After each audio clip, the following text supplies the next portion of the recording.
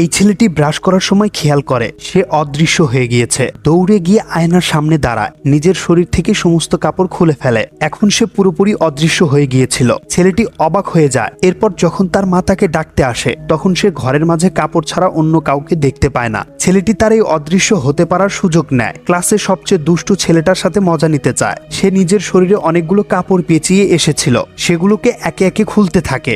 দ্বিতীয়বারের মতো পুরোপুরি অদৃশ্য হয়ে ক্লাসে প্রবেশ করে। ক্লাসে ম্যাডাম মনোযোগ দিয়ে ব্ল্যাকবোর্ডে লিখছিল। হঠাৎ অদৃশ্য এই ছেলেটি একটি খেলনা বন্দুক হাতে নেয় এবং সেটি দিয়ে ফায়ার করে, যার ফলে সবাই ভয় পেয়ে চিৎকার দিয়ে ওঠে। ম্যাডাম অনেক রেগে যায়। সম্পূর্ণ দোষ এই জনি নামের ছেলেটার হয়। ম্যাডাম তার বাবার কাছে নালিশ করলে তাকে তার বাবা স্কুল থেকে নিয়ে যায়। এরপর এই অদৃশ্য ছেলেটি টেনিস বল খেলা ছেলেটির কাছে যায় এবং তাকে ধাক্কা মারে, যার ফলে সে খেলায় হেরে যায়। এরপর ছেলেটি একদিন ক্লাসে বসেছিল, হঠাৎ সে অদৃশ্য হতে থাকে। পার্ট 2 দেখার জন্য একটি লাইক দিয়ে চ্যানেলটি সাবস্ক্রাইব করুন।